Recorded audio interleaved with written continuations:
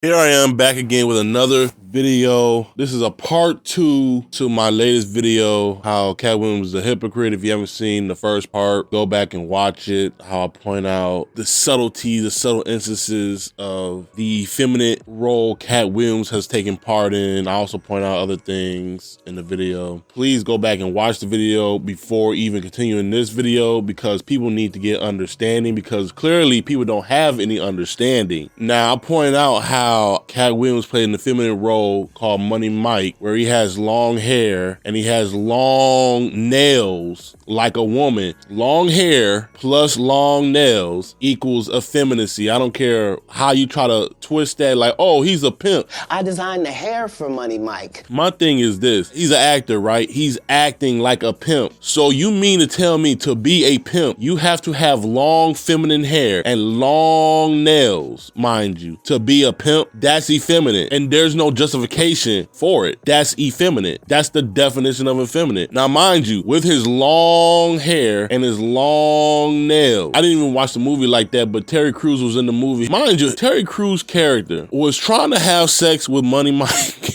He was chasing him around.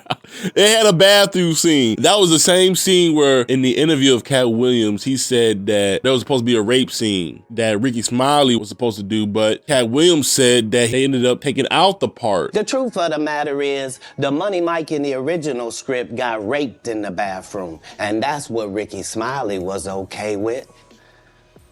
Katt Williams had to take the risk in front of the studios and the cast and our powers that be in his very first movie and say respectfully, humbly, guys, if we're talking about anything else, I have no credibility and I have no pull. But we're talking about comedy, right, where I have all the credibility and all the pull. The problem with Friday After Next is we're trying to make a classic comedy. And this comedy involves a rape. And rape is never funny, no matter who it happens to or what the circumstances are.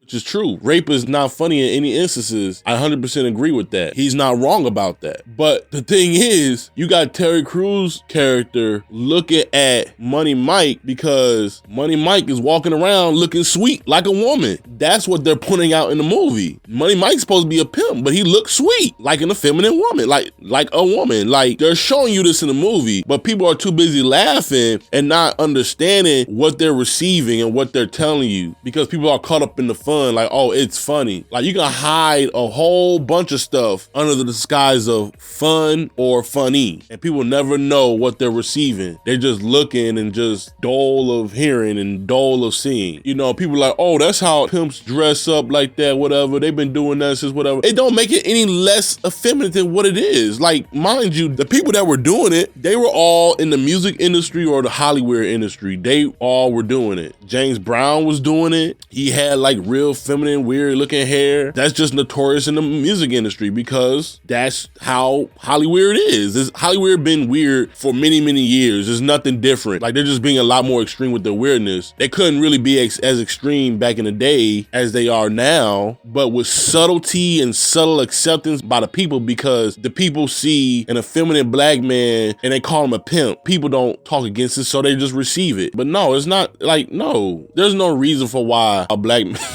like no black man should have a long hair. Like, you know, our hair ain't like that. So now, just like the movie where Katt Williams was running away from Terry Crews' character because Terry Crews was trying to have sex with Money Mike, Katt Williams, now we come back in reality where these, you know, where Katt Williams got to protect his virgin self because he got people like P. Diddy or even like Weinstein going after him, like he said in the interview. I've had to turn down $50 million 4 times. 4 times. Just to protect my integrity and that virgin hole I was telling you about. Right. Because P. Diddy be wanting to party. And you gotta tell him no. You got to tell him no. I did. I did. See, I got the receipts for everything I'm telling you. That's why I can say them so freely. Katt, I need to know. You here, get your number. Thank you, sir. Thank you. They canceled me for talking about Harvey Weinstein before the thing came out, but he offered to suck my penis in front of all my people at my agency. What am I supposed to do? He did all of that. I'm thinking I'm the only black person on the script. I get there, it's 3 other black guys on there. Woo. Huh. So you wonder what they did to get there. I told him no. What y'all do? But the problem is Katt Williams doesn't know his own ways for why they think they can do that in front of people. That's what I'm saying. You have to look at yourself in the mirror, what you are in bed with, what you are participating in, and what Katt Williams participating in was an effeminate role. In Friday After Next, he did. Like, that was his effeminate role that he played. The thing is, you can't do a movie without first being in agreement with that role. So a lot of times when he's pointing out like, oh, Ricky Smiley being the like you can't do a role in a movie without first being in agreement to do that role. Meaning before the movie was even done, before Ricky Smiley even acted for the part, he was already in his heart agreeing to do that. So if Katt Williams had on long hair, and besides, Katt Williams had long hair before the movie, that's what I want to point out too. But Katt Williams had long feminine hair, long feminine fingernails, right? And clearly the movie is pointing out that he looked like a woman because Terry Crews was after him. That means Katt Williams was in agreement with that role before the movie. Otherwise, if he was not in agreement, he wouldn't have done the movie. Think about it. But I know some people they're going to attack me because they don't understand the power of agreement. They don't understand the power of words. They don't understand, like, it's just a lack of understanding. And I have understanding about there being a lack of understanding because at one point I had a lack of understanding.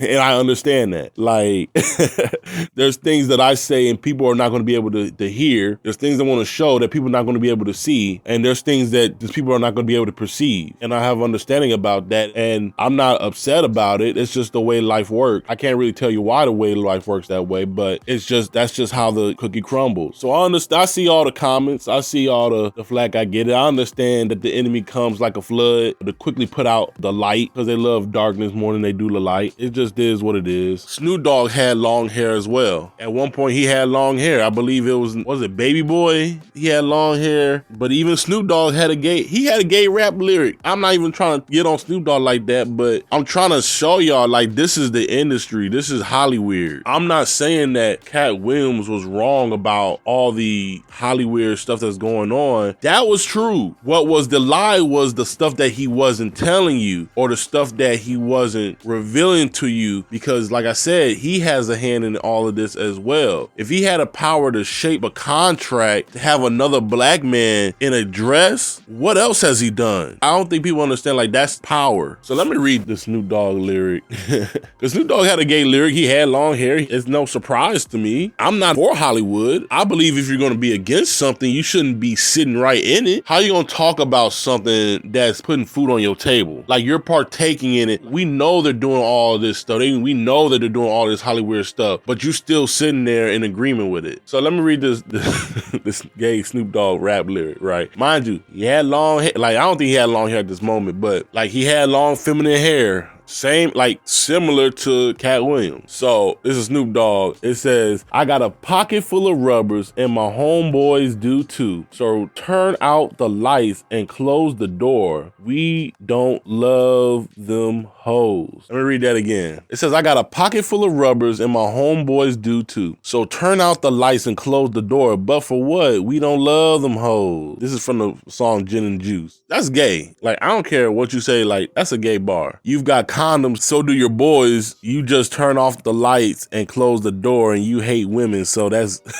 that's so gay.